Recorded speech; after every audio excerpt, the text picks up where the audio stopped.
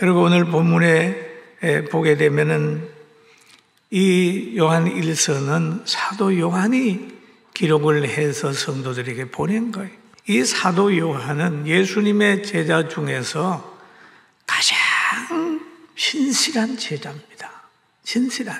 근데 예수님께서 공생에 들어가시면서 갈릴리 해변을 다니시다가 제자들을 불렀어요. 베드로라고 하는 시몬과 그 형제 안드레가 바다에 그물 던지는 것을 보시니 그들은 어부라.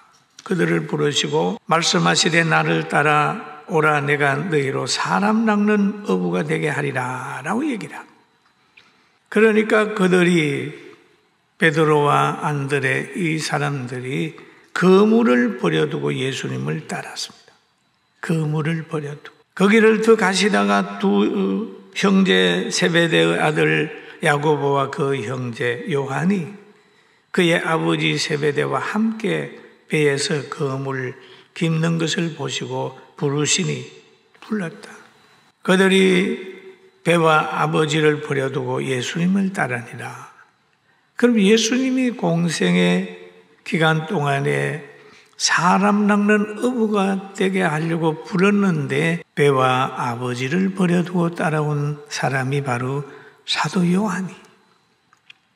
이 사도 요한이 예수님을 소개하는 거예요. 제자들을 부를 때에 그물과 부모를 버려두고 아버지를 따랐다. 당시의 사람들 보기에는 야, 저 희한하다. 어부가 대책 없이 자기 직장을 버리고 부모까지 버리고 예수님을 따르다니 참 이상하다고 했지만은 그러나 지금의 역사로 봤을 때에 가장 멋있게 산 사람이 베드로와 요한과 야고보예요. 2000년이 지나도록 그들은 본받을 사람으로 우리에게 소개되고 있다. 이렇게 보는 겁니다. 여기 보니까 당시에는 예수님이 권력자도 아니잖아요. 또 예수님 따라가는 것이 경제적인 문제 해결 받는 것도 아니잖아요. 그런데 따라갔단 말이에요. 그 제자들의 생활을 보면은 참 궁핍했어요. 누가복음 6장에 보면 이런 말이 있습니다. 안식일에 예수께서 밀밭 사이를 지나가실 때 제자들이 이삭을 잘라 손으로 비벼서 먹으니 왜? 배가 고파서. 밀밭 사이를 지나다가 밀 이삭을 툭 따가지고 비벼 먹는 거예요. 시골에 계신 분들은 이제 밀이 익어갈 쯤에 대해서 시골에서 이렇게 불 피워놓고 이렇게 해가지고 막 비벼서 먹지 않습니까? 배고플 때 그거 먹으면 되게 맛있습니다. 시장하여 밀이삭을 비벼 먹을 만큼의 넉넉하지 못했어요. 그렇지만 끝까지 예수님을 따랐어요. 그리고 이 사도 요한이 이 편지를 쓰는 당시에도 굉장히 혼돈스러웠습니다. 막 이란들이 득세하게 되고 교회들이 흔들리게 되고 성도들이 갈 바를 알지 못하는 그런 때가 됐어요. 그럴 때 사도 요한은 성령의 감동을 받아가지고 편지를 썼습니다. 그런데 그 편지 서두에 보면은 태초부터라고 하는 글로 시작을 해요. 태초부터 있는 생명의 말씀에 관하여는 우리가 들은 바요, 눈으로 본 바요, 자세히 보고 우리의 손으로 만진 바라. 확실한 교훈을 받은 거예요. 태초에 있는 생명의 말씀, 여기에 있는 태초는 창세 전의 태초.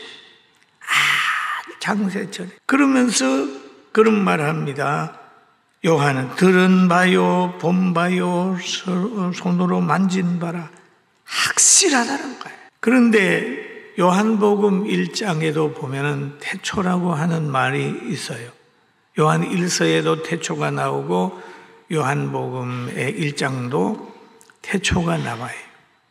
굉장히 깊은 거예요. 태초에 말씀이 계시니라. 이 말씀이 하나님과 함께 계셨으니 이 말씀은 곧 하나님이시라. 그가 태초에 하나님과 함께 계셨고 만물이 그로 말미암아 지음받았으니 지은 것이 하나도 그가 없이는 된 것이 없느니라. 그는 누굽니까? 예수님이라는 거예요. 이 사도 요한의 생각은 확실한 거예요. 믿음은 확실해. 태초에 말씀이 계시니라. 그 말씀은 성부와 성자와 성령 삼위 중에 성자로 말씀으로 계셨다는 것을 여기에서 얘기를 하고 있어요. 그러면 이게 창세기 1장으로 올라가면은 1장 1절에서 보면 태초에 하나님이 천지를 창조하시니라. 땅이 혼돈하고 공허하며 흑암이 깊은 위에 있고 여호와의 영이 수면에 운행하시니라. 그러면 하나님이 계시고 하나님의 영이 계시고 그 다음에 하나님이 이르시되 빛이 있어라 하시니 빛이 있었고 이르시되 가라사대 말씀하시되 같은 말이잖아요. 이게 누구냐? 예수라는 거예요. 말씀하시. 그런데 빛이 있어라 그러면 빛이 있었고 물과 무초로 나누라 그러면 또 나누어지게 되고 하늘과 땅 그것도 질서를 잡히는데 그게 뭐냐? 말씀이라. 그 내용을 보면 그래요. 하나님이 이르시되 땅은 풀과 씨 맺는 채소와 각기 종류대로 씨 가진 열매 맺는 나무를 내라 하시니 그대로 되어.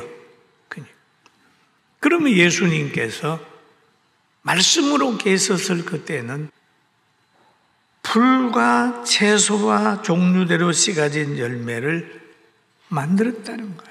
땅이 풀과 각종 종류대로 씨 맺는 채소와 각기 종류대로 씨 가진 열매 맺는 나무를 내니 하나님이 보시기에 좋았더라.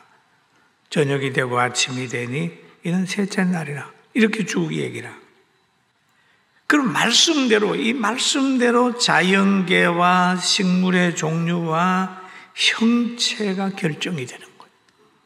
하나님의 말씀으로 천지와 자연을 조성하는데 혼돈된 환경을 성령으로 질서를 유지하게 만든다.